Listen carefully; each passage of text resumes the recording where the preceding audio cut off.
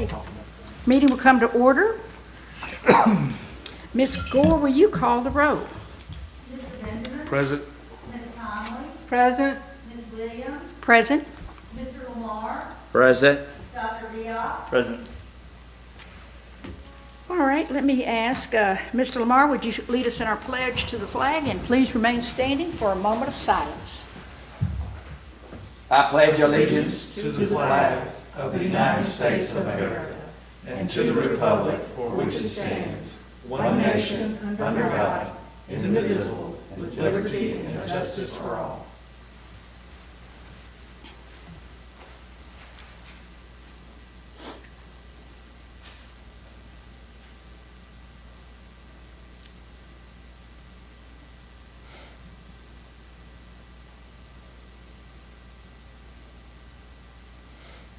Thank you.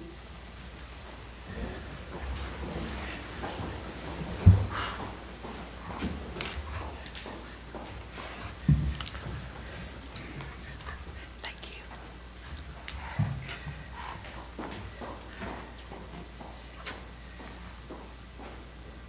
All right, we're ready for citizens' comments. Mr. Nathaniel Quinn, if you would step forward, please. And I just want to remind you that this is not a question and answer time, and I assure you we are all listening to you, to your comments, and that there are no personal attacks during comments.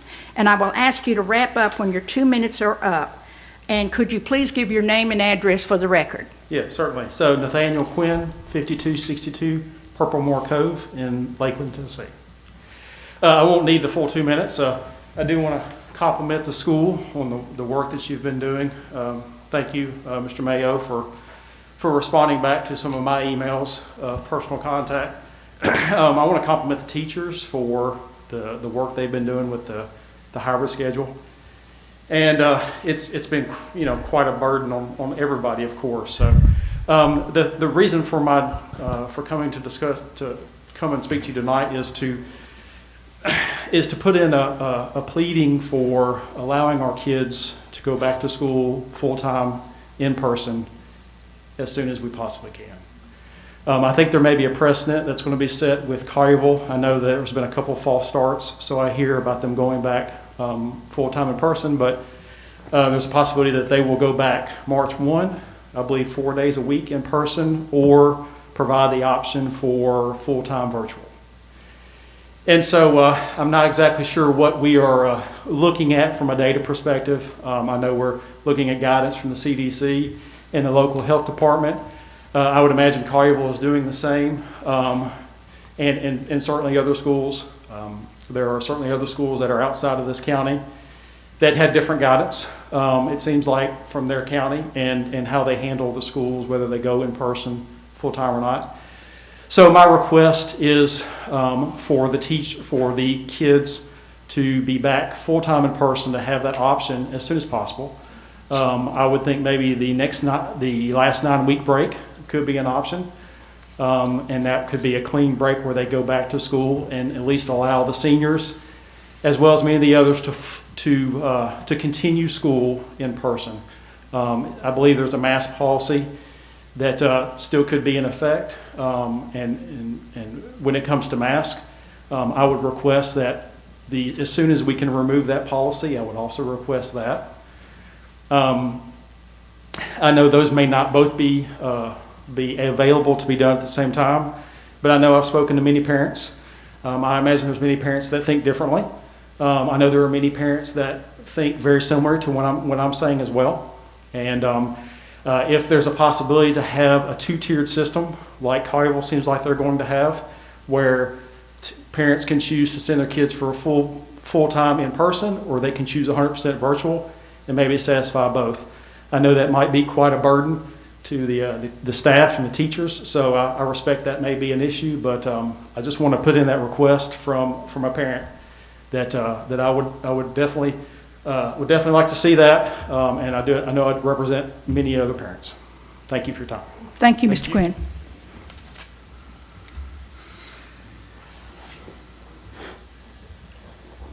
All right, is there a motion to approve the February 23rd, 2021 So moved. 2021, Oh, excuse me. 2021 agenda.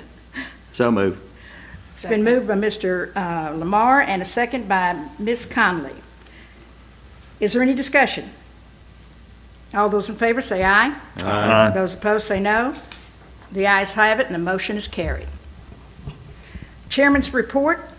I do not have a chairman's report. I know everybody's excited about that. But we are now going to turn to our superintendent's report. Well, unfortunately, you know that I always have something to say when you give me the opportunity, so this is no exception tonight. Hopefully it'll be a little bit shorter than usual.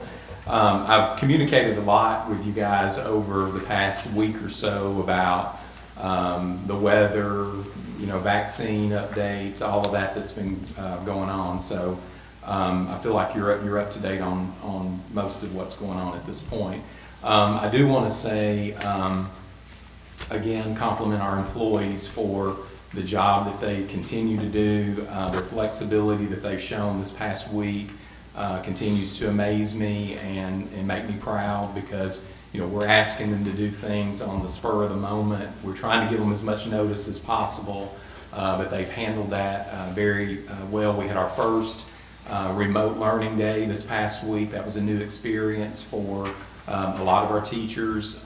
We had what we call the phase-in remote day, and then we had the actual real remote day on day 2. So that was a challenge. I live with one of those teachers, so I know what challenges firsthand that creates, and I get to hear it a lot.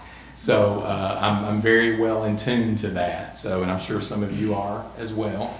So anyway, I do want to commend our employees for continuing to do that. Also, my executive staff who have worked nonstop, day and night, all weekend. Pick up the phone when I ask them, can you jump on a call at 8 o'clock in the morning on Saturday because we need to talk about something. They've been very accessible to me for that, and I appreciate that. Along with Ms. Viox, who's been a very integral part of our health vaccination process that we're trying to plan toward at this point. So hours and hours have been spent trying to plan this and do it right for our employees. Mr. Ruff, I want to call out specifically, and his staff for the work that they did every day last week, checking our buildings, making sure we didn't have damage, and if we did, that it was caught quickly so that it could be addressed. And that's very important, not only from a building perspective, but from a financial perspective, and then from a comfort level when our employees were able to come back. So I appreciate that also.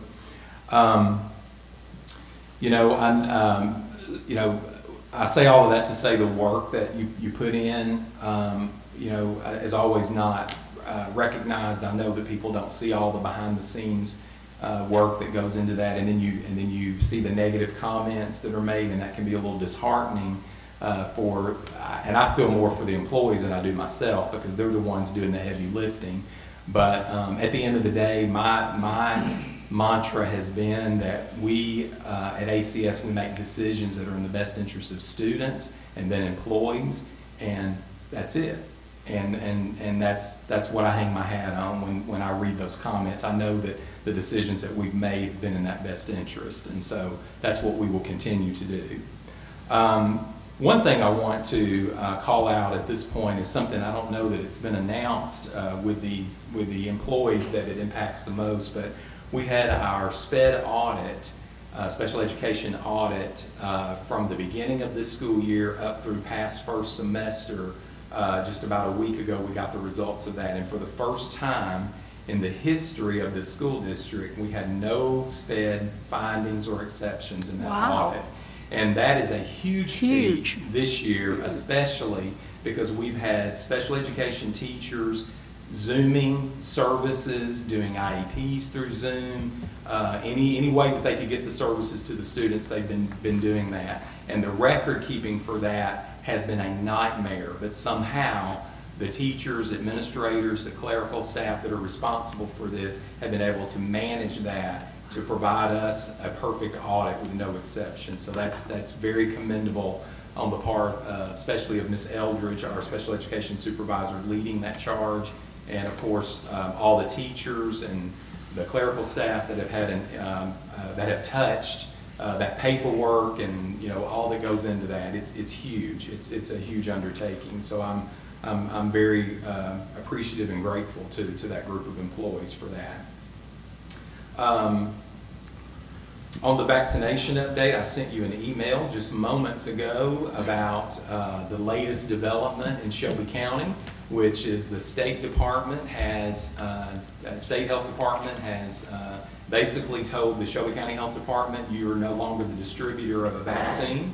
So as you know, we're scheduled to have the first dose of the vaccine for our employees this Friday. Some of the superintendents have been talking, and we will continue to talk well into the night, I'm sure, about this. But at this point, we have no reason to believe that that's going to change our plans for Friday. I did have the opportunity to tune in to Mayor Strickland's press conference this afternoon, and on that, it was made mention about 3 times of the planned teacher vaccines that are supposed to start tomorrow for Shelby County schools, and they also said that part of the doses that the Shelby County Health Department has possession of right now, 9,000 of those have been earmarked to go to teachers across our area. So that gave me a little bit more confidence that they know about this and that they know that this has to happen. So I'll be keeping you updated on that. But at this point, I'm hopeful that that will continue to move. If it doesn't, we'll have to obviously postpone it. Our plan will remain the same. Our appointments can remain the same. It'll just have to shift to a different day and perhaps a different provider of the vaccine. But we're prepared to do that if that's what it takes to get this done. Mr. Mayo, if we do shift to a different day, will we still be out of class? What will be the plan for that? We would not. Well, we would if we have to shift to another day, but we wouldn't be out of class on this particular Friday. day if we have to shift. Okay, that's what I thought. Quick decision, say just kidding, you're coming to school on Friday. Right. We're gonna do this next Friday instead, so that's what we'll do. Okay. The learning loss waiver is now available. We've talked about, Ms. Speakman in our last meeting gave you a lot of information about the bills that were passed about learning loss and the summer camps and bridge camps and all of that we're gonna have to be implementing. We did get the waiver sent to us last night, and we will be applying for some of those waivers. The waiver doesn't mean you can get a waiver not to have it. It means you can have a waiver to make some adaptations to the way you're going to offer the camps. And one of those is a 4-day instead of a 5-day, but you have to still get your certain number of hours in. So there's some other things that we'll be looking at. We've met one time formally about that process, and I know Mr. Goforth and his team have been meeting since then without me, and then we will be coming back together to more formalize that plan and get that information out to the students that we will be targeting first for the learning loss camps, and then we will open that up to others as we move through that process. We did learn a big burning question has been, this initially was funded at a 1-to-20 ratio of how we would get our funds to be able to hold these camps. And we learned just this week that the funding formula will actually be 1-to-13. So we will have a better chance of getting, I guess, more funds since the ratio is lower. And it doesn't mean you have to have 13 students in every class. It means overall you have to have an average of 13. We might have 6 in one, we might have 20 in another, just because of the way the needs fall out of the students that are participating. And then that's the other factor. We don't know who's going to really be interested in doing this summer. We'll have to wait and see as we roll that out. STEM Hub ribbon cutting, I sent you an invitation on that. I think that was yesterday. It might have been today, I can't remember. I think it was yesterday. But I sent you that. It's March the 1st at 10 o'clock, and that is a chamber scheduled event for us. We postponed that earlier because the chamber was they weren't doing anything in person, and we weren't doing a lot, but now we're going to do this March 1st. ESSER funds, I've sent you information about that, and I've asked Ms. Douglas tonight to share with you our spending plan for the ESSER funds, ESSER 2.0, and what creative ways that we're going to be able to spend those funds. This is also a part of your budget amendment item tonight. She's going to talk to you about that, and then we can answer questions about that when that item is on the floor for recommendation. Graduation, we hope to have a graduation plan in place by Friday, March the 12th, before spring break. That's the plan, to hopefully announce what that's going to be. I feel good about where that's going. I haven't had a follow-up from the high school since the week before we got out for snow, but I feel good about where that is, and we'll be finalizing that shortly.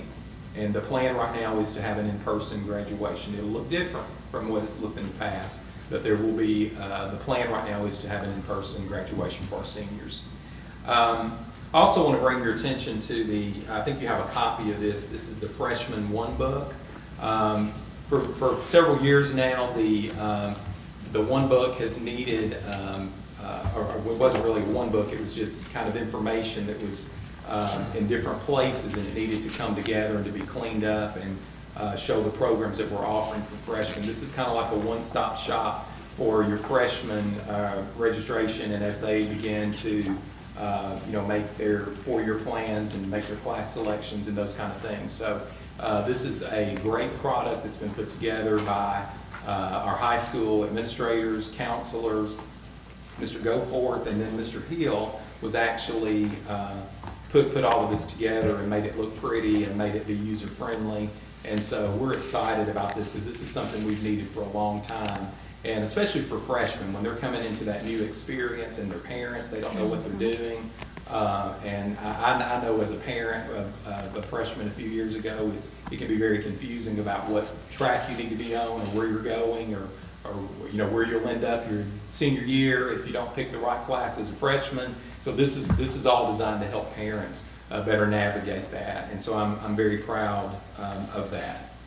The last thing that I wanted to share with you tonight is communicate about communications. I think this year we've seen the need has been greater than any other time for communications to be present, in our school district. It's been a great need. And so because of that, I would like to present Mr. Tyler Hill with a Plus Experience Award tonight. All right. And I'm going to read some information about Tyler. And he was nominated by one of our other staff members, and so I thought tonight would be a good time to do that.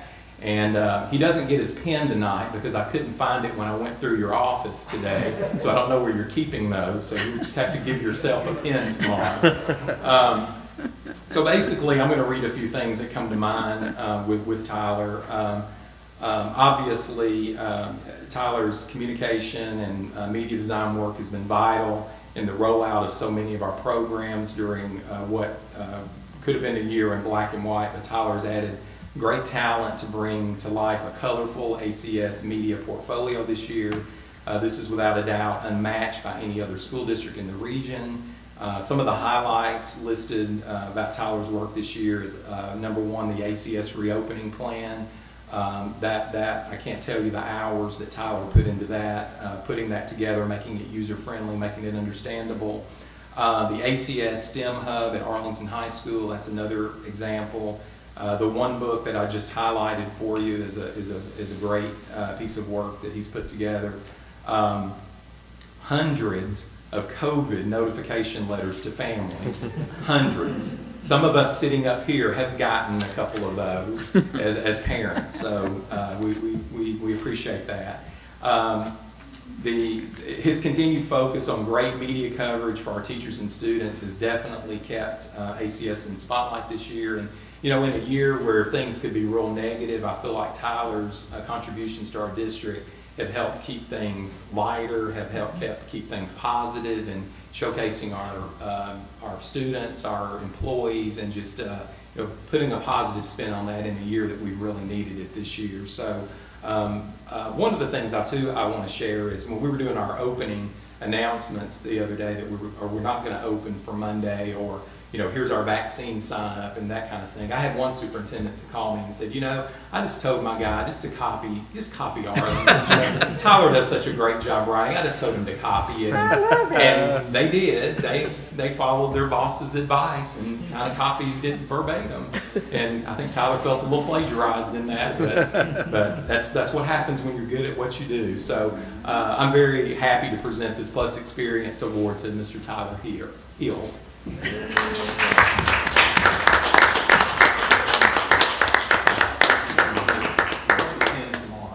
Usually I take pictures, so I will. Sometimes on tap. Oh, I was going to say, I take one of your bad selfies. Yeah. So you can take your mask and Okay. okay.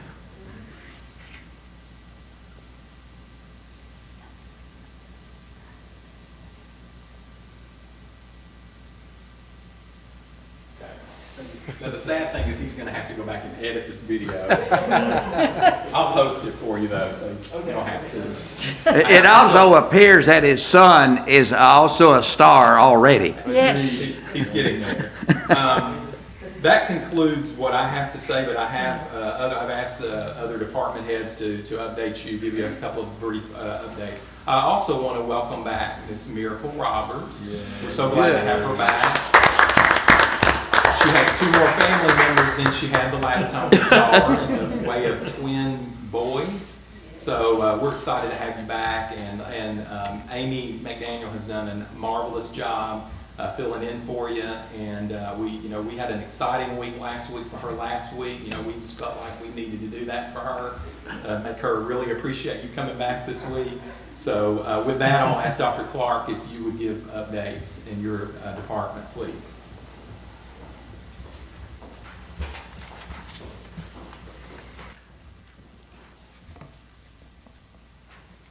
Good evening. All of our positions are filled at this time, so we have no openings. The only positions we have posted at this time would be for substitutes and then positions for the 21-22 school year. Leading into that, I mentioned that we were having an intent survey of our current employees to see what they want to, what their plans are for next year for working. And we have 4 certificated teachers who are going to join in the retirement ranks. And then we have 1 classified employee that's going to retire as well. And then we have 2 resignations due to relocation out of state. Just as a reminder, we have the teacher job fair next week. You're more than welcome to come. It's on Tuesday, March the 2nd. We're having to do 2 nights this year because of practice of social distancing with the COVID guidelines. And we'll be following all those guidelines as we do during our work day. March the 2nd, next Tuesday, is for elementary. Thursday, March the 4th, is for middle, high, sped, and specialist applicants that are interested in being joining our A team. We will start serving you. You're welcome to come for dinner at 4:15. We'll start serving then. The fair actually begins at 5:15 with the first session of candidates checking in. And as of today, and we still have a week away, we have 90 applicants interested in signed up for the job fair. Last year we had 100, and we weren't even in a pandemic. So we're really excited about that, and I appreciate Tyler working with me and helping me so much, because we've really tried to push that out, and we posted on FB and we posted on Twitter, but the thing for college students is Insta. So we had to, we have to constantly look at those means and how that information can get out there to candidates. And just remember, you're welcome to wear your favorite ACS spirit wear or your ACS team, because our theme this year is Join the A Team. I've participated in 2 job fairs recently, Harding University and Mississippi State, and I have 7 scheduled for the month of March. And that's it. Thank you. Thank you. Okay, Mr. Goforth.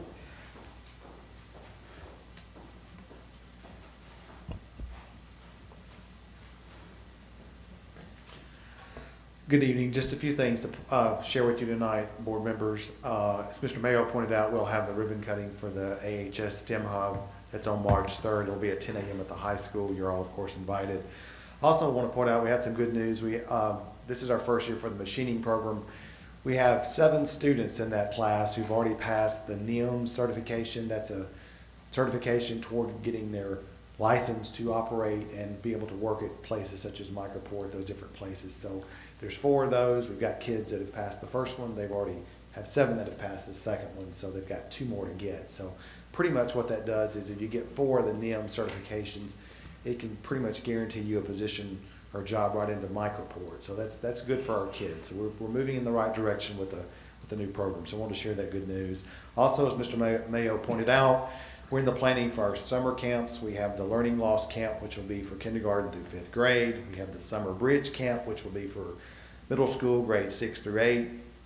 And with that also, we are beginning to plan our Arlington High School summer school for the summer. We'll be bringing probably next month to you the fee for that you have to approve each year. So that is on the docket as well. And as Mr. Mayo said, we're going to fill out some waivers for our summer camps that we will be offering. Also, just to touch base, you'll see this around our students at the high school are in the testing process to obtain the seal of biliteracy. That's something that's in the works. Currently, the course selection, as Mr. Mayo pointed out, is taking place at Arlington High School. And also, just to put on your maps, as you know, we're required to offer family life curriculum every year. What will happen with that is a letter will go out early April to all of our families in kindergarten through 8th grade, and that is usually taught the week of May, but I'm just letting you know now. And again, that is something that parents can opt out of. That's not something that's required. And last thing on my list, again, and Mr. Mayo has said, I'm just kind of reiterating, I want to thanks to our teachers for the great job they've done, the way they have to shift from in-person to virtual teaching. They have to do this sometime in a matter of hours. So just great compliments for the work they do in these challenging times. So that's all I have. Thank you, Mr. Goforth. Thank Ms. you. Douglas?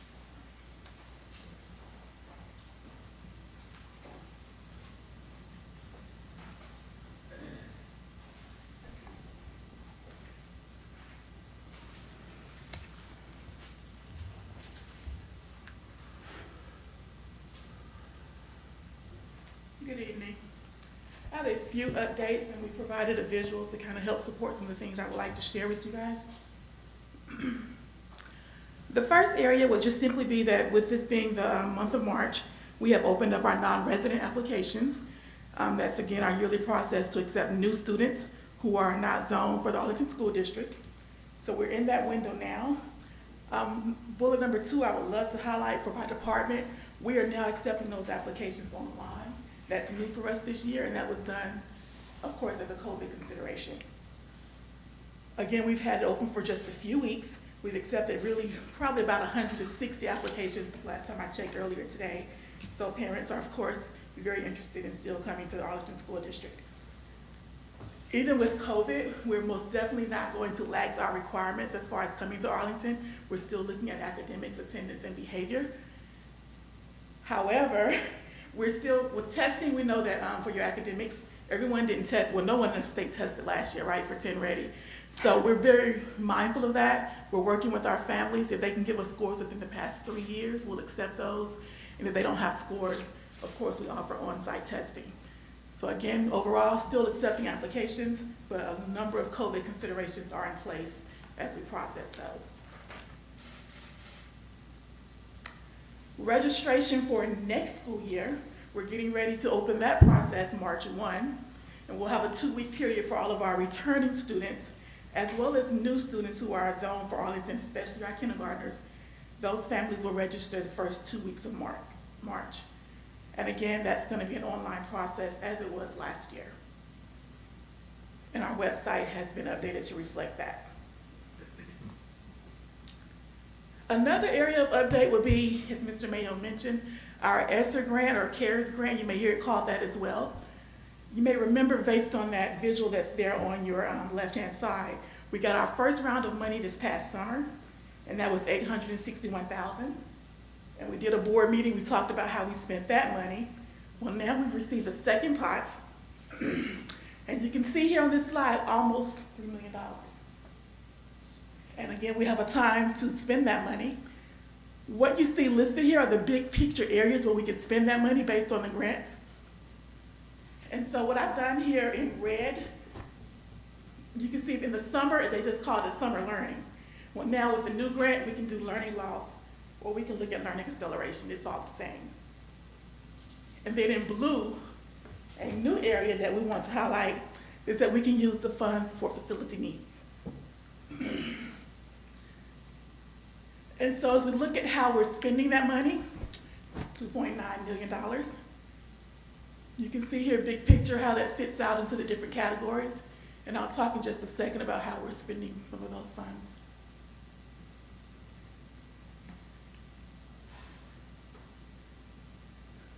So for technology, again, our iPad refresh is going to come from this grant.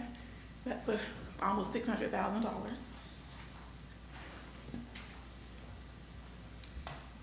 For learning loss, with our camps, that's going to be funded differently, so that's not coming from this grant.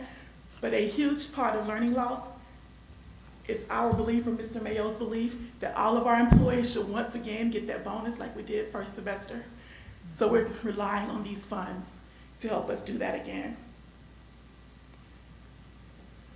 Another big picture on this, or big area on this slide, will be looking at that multi-purpose or wrestling facility at the high school, hoping to use some of these funds to pay for a third of that in reference to my department having a testing center. So we can use that as a multi-purpose facility. And then of course, continue with our safety, compliance assistance, our PPE, et cetera. So this is our plan for using these funds.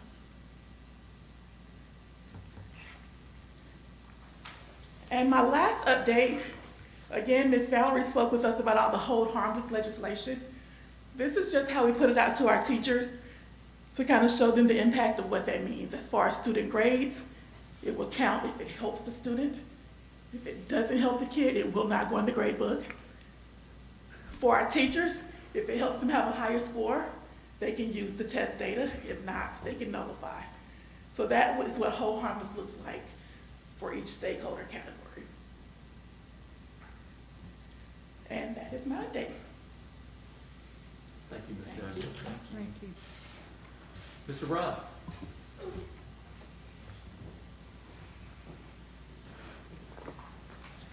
Good evening.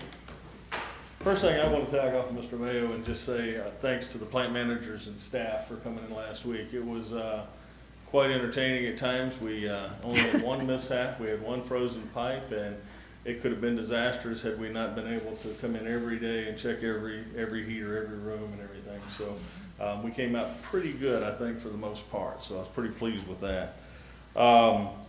Next, onto our, as she was saying, our construction on our new addition, our new wrestling slash multi-purpose facility. We've got the silt fence in place. The construction fence has been put in place. We still don't have a permit, but at 4 p.m. today, I did get information that it looks like we're very close to closing that gap. So it's been a challenge, obviously, with the COVID and with people coming in and out of offices, with the snow and everything, but we feel pretty confident we're going to have something by the end of the week. I'm pretty excited about that. Also, in the realm of that, we're going to go out to bid with the next phase for this summer is our air conditioners at the high school. You guys have approved for us to go forward with that. We're hopefully going to bring a bid to you to accept that next month, and then hopefully we'll be able to go ahead and get the process orders for those units to come in place. So, and that's what we've got for operations right now. Thank you very much. Any questions? Thank you. Thanks. Ms. Speakman.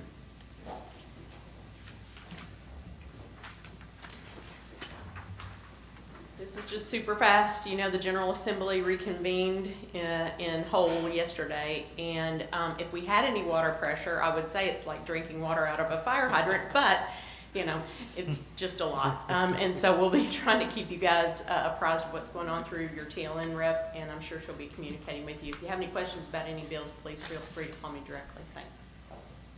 Ms. Speakman. Mr. Hill.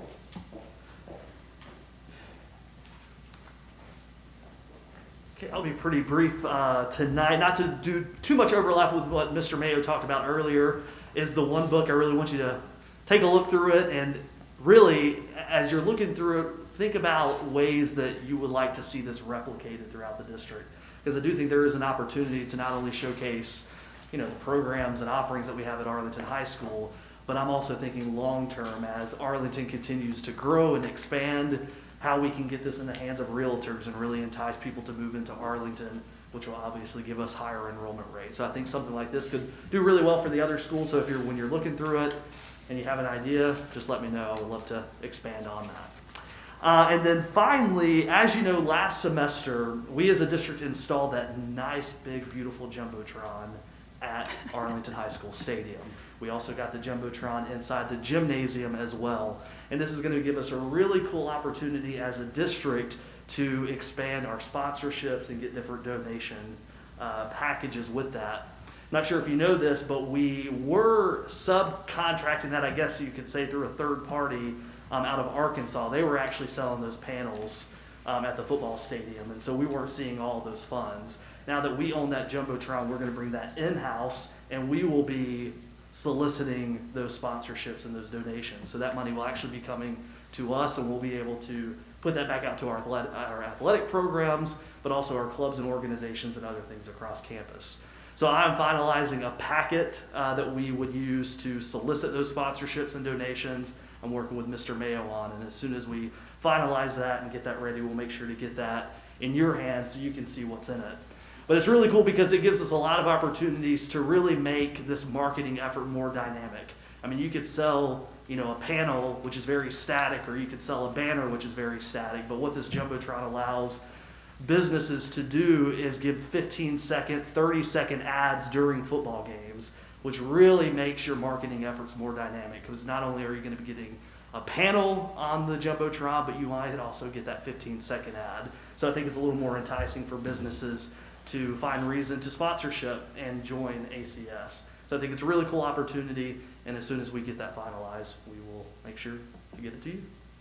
Okay, any questions? Thank you. Thank you, Mr. Hill. Ms. Roberts, do you have a report other than the financial parts on the agenda? Okay, thank you. That concludes my report, Ms. Williams.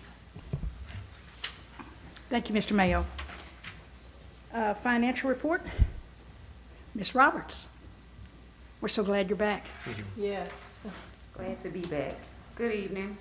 For the December 2020 financial report, we have general fund revenues of $21.1 million and expenditures of $20.2 million. For the nutrition fund, we have revenues of $386,185 and expenditures of $441,838. Federal and discretionary grants, we have revenues of $1,631,710 and expenditures of $1,620,432. CIP fund, revenues $326,291 and expenditures of $1,971,057. For the Interlocal Health Benefits Plan Asset Trust Report as of December 2020, year-to-date revenues $22.2 million, year-to-date expenses $16.4 million, beginning balance $4 million with an ending balance of $9.8 million. And that concludes the financial reports. Thank you, Ms. Roberts. All right, TLN report. I'm just going to go ahead and tell you a little bit about this joint statement of boards of education expressing concern with the 80% chance, the 80% TCAP testing participation requirement of Senate Bill 7001 and the third grade retention provision of House Bill 704.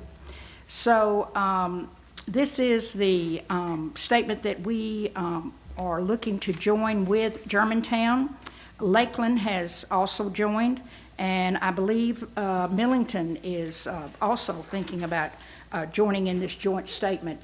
So we've some of the solutions that they've come up with, or in our statement would come up with, to remedy the concerns regarding Bill 7001 set forth above. The undersigned boards respectfully request the General Assembly pass without delay legislation requiring the Commissioner of Education to make available a remote testing option for TCAP test administered in the 2020-21 school year, and providing that students who take the TCAP tests remotely are counted in any required testing participation percentage. significantly lowering or eliminating any required in-person TCAP testing participation percentage for the 2020-21 school year, or placing a moratorium on TCAP testing for the 2020-21 school year. I think those are good suggestions for solutions to that bill. The other solutions for House Bill 7004, to remedy the concerns regarding House Bill 7004 set forth above, the undersigned boards respectfully request the General Assembly pass without delay legislation providing that the decision on whether to retain a student in third grade shall be made based upon a comprehensive assessment of a student's performance in third grade as a whole, which may include but is not solely determined by the student's performance level rating on the ELA portion of the student's most recent TCAP test, and providing additional clarity on third grade retention, particularly related to students with IEPs. And I think those are all very good solutions. So I just wanted to point that out to you during my TLN report before we run across that. Of course, it is on the agenda tonight for us to vote on. So I hope you read that carefully, and we'll be ready to vote. Thank you very much. We'll move on to the consent agenda. Is there a motion to approve the items on the consent agenda? So moved. Mr. Benjamin moved. Second. We have a second by Ms. Conley. It's been moved and seconded to approve the consent agenda. Is there any discussion?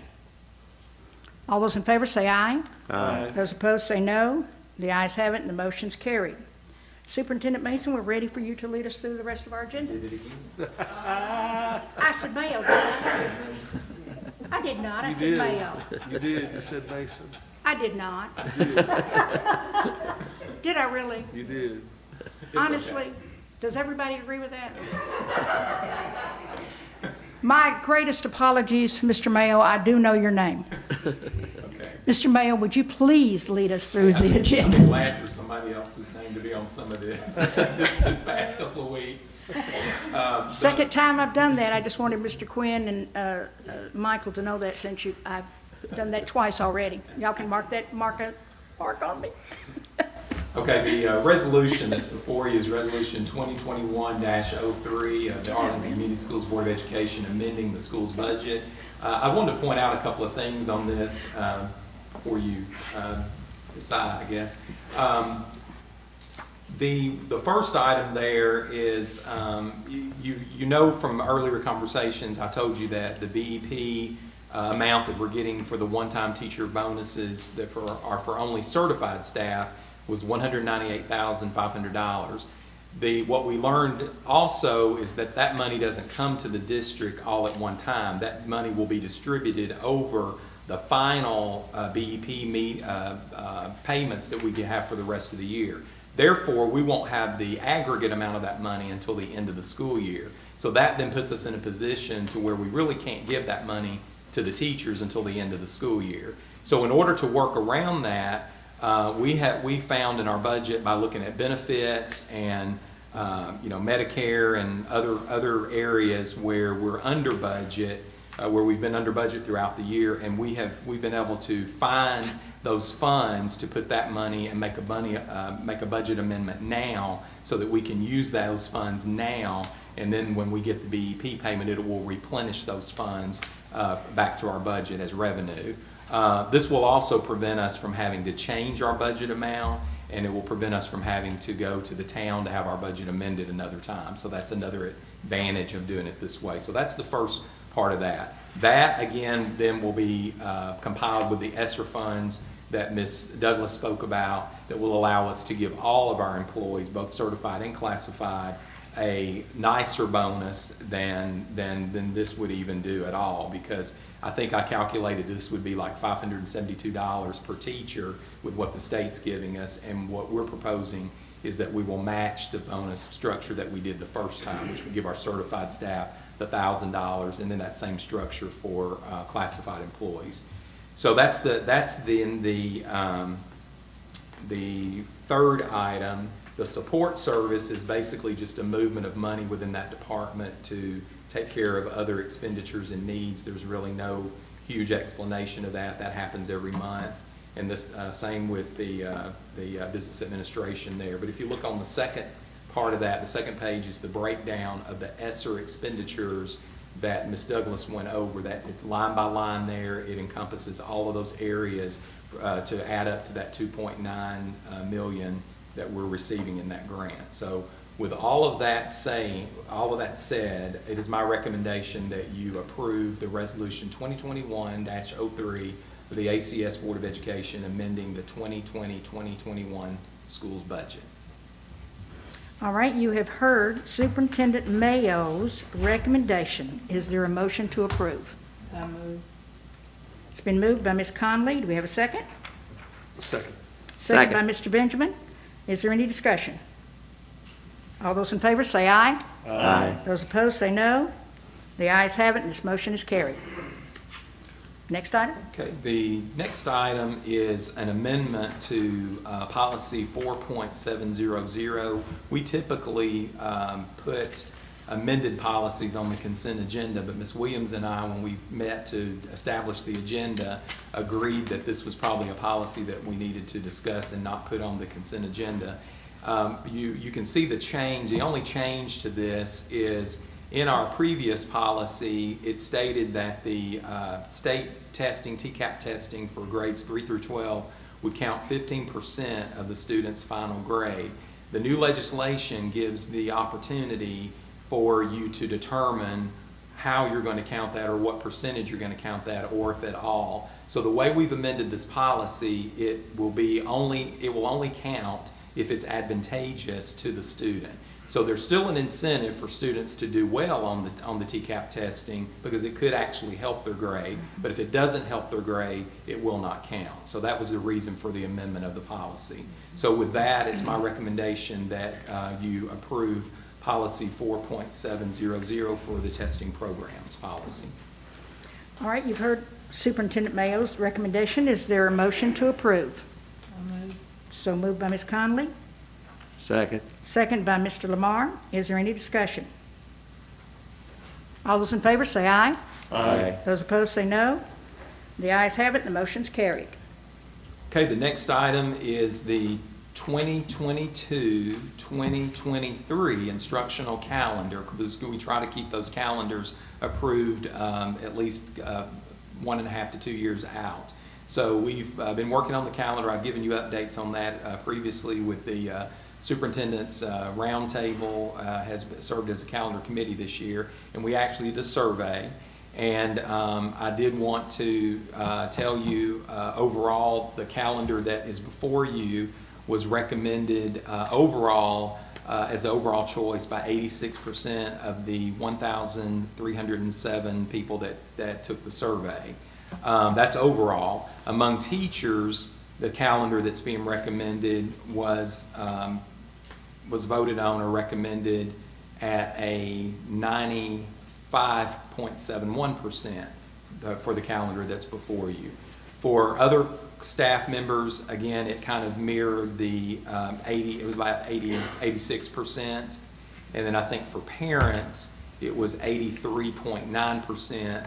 And then the next closest thing to that was like 10.7%, which shockingly was the 180-day calendar, not the 175 no flex calendar. So that was a little surprising to me. But nonetheless, the calendar that's before you was by far the calendar that all groups voted on pretty much unanimously for that.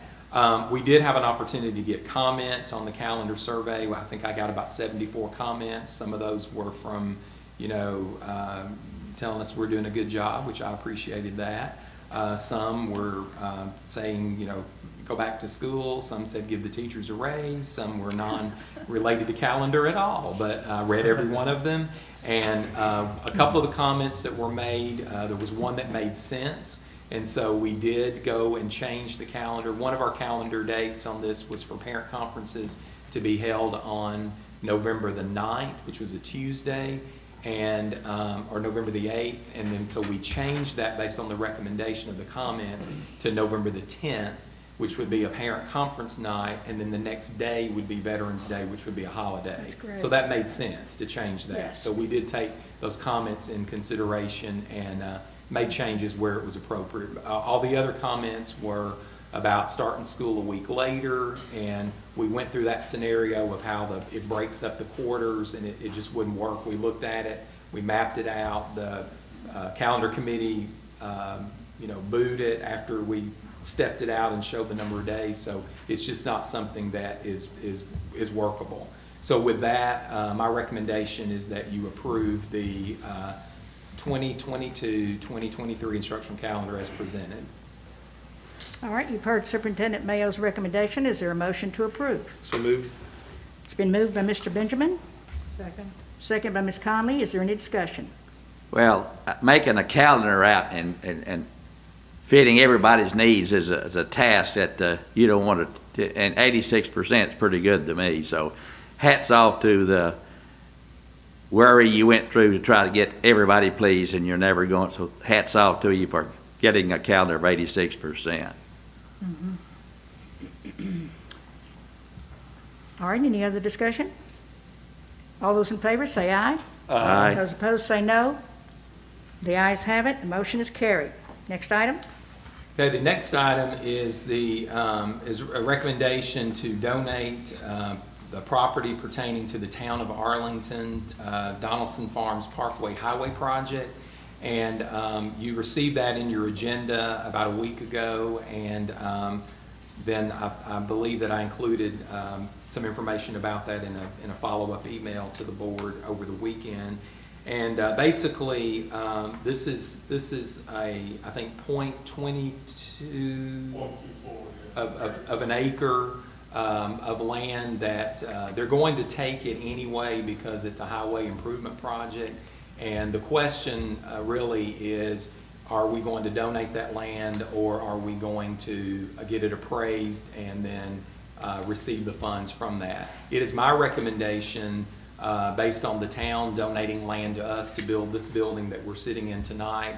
And also recently, we did get our fees waived for the new building, wrestling multipurpose facility that we're building now. So based on that, it's my recommendation that you donate the property pertaining to the town of Arlington, Donaldson Farms Parkway Highway Project. All right, you've heard the Superintendent Mayo's recommendation. Is there a motion to approve? Motion to approve. Moved by Mr. Lamar and second by Ms. Conley. Is there any discussion? All those in favor say aye. Aye. Those opposed say no. The ayes have it. The motion's carried. Okay, next item is motion to approve, a recommendation to approve the 2-year contract with Durham School Services. That's our bus services, based upon the pricing schedule that you received, or that's in your documents. Based upon the pricing schedule, the estimate for August the 1st through 2021 through July 31st, 2022 is $1,626,779. There will be no percentage increase for August 1st, 2022 through July 31st, 2023, although the price may fluctuate based upon some of the levels of services such as field trips and things of that nature. So basically, this is about a 4% increase for 1 year, and then it's locked in that there will be no increase for the following year. And I'm recommending that you pass this. Durham has been an invaluable partner this year. We had a time last year when we were planning school to reopen that we didn't know if we were going to have transportation available to offer, and they have stood it up and have been very reliable, very dependable. So it's my recommendation that you approve this item on the agenda. Okay, you've heard the superintendent's recommendation. Is there a motion to approve? It's been moved by Ms. Conley. Second? Second, Hugh Lamar. Seconded by Mr. Lamar. Is there any discussion? I do have a question. What was the total value for that? For that year, it'll be $1,626,779, and that'll be the same for the following year, because there would be no increase. Okay, my only concern is, I'm looking at this that's attached to us, and there's like a $9 million one. That's I know for it says all Shelby County. municipal Okay. districts. That's for everybody, Yeah, okay, yeah. gotcha, okay. And we're actually bringing it to the board first because we're the A group. We're the A team. With the A plus, but you know, Arlington starts with A, so that's really why. But that includes that total amount, and so I did ask Mr. Ruff to break that out so we would know exactly what you guys were voting on for this agenda item. Okay, cool. All right, good. Any Thank other you. discussion? All those in favor say aye. Aye. Those opposed say no. The ayes have it, the motion's carried. And I think the next item, Yes. Ms. Joint Williams, you were statement. going to cover. Yes. I'm going to make a motion for the joint statement, a joint statement of boards of education expressing concern with the 80% TCAP testing participation requirement of Senate Bill 7001 and the third grade retention provision of House Bill 7004, I should have said, as amended. I make the motion. Do we have a second? Second. Second by Dr. Viox. Thank you, Dr. Viox. Is there any discussion? Well, when you say concern, what does that mean to us? I know we're expressing. It's listed What there. does that mean? Yeah, it's listed in the statement, and I read it during the TLN, what our suggested solutions are. But we are concerned about the 80% of students to participate in the TCAP. And when we've got remote students, I mean, how are we going to get up to 80%? It's a different world we're dealing with right now. So if you look at the statement, it tells us exactly what we're Okay, thank talking you. about. The 80% participation of the TCAP and also the retention in the third grade. We're wanting a more comprehensive look instead of just a TCAP, the score to retain children. I mean, Okay. we kind of went down this road before, you know, in third grade with No Child Left Behind a few years back. I'm not sure how long ago that was, but it was a while back. But that ended up not working, and I don't think this is going to work either. So that's why I'm thrilled that, and I hope y'all that we want to join the other municipalities in making sure that we make this statement. Okay. Okay, did I have a second? Yes, we did. We were discussing. I did. Any other discussion?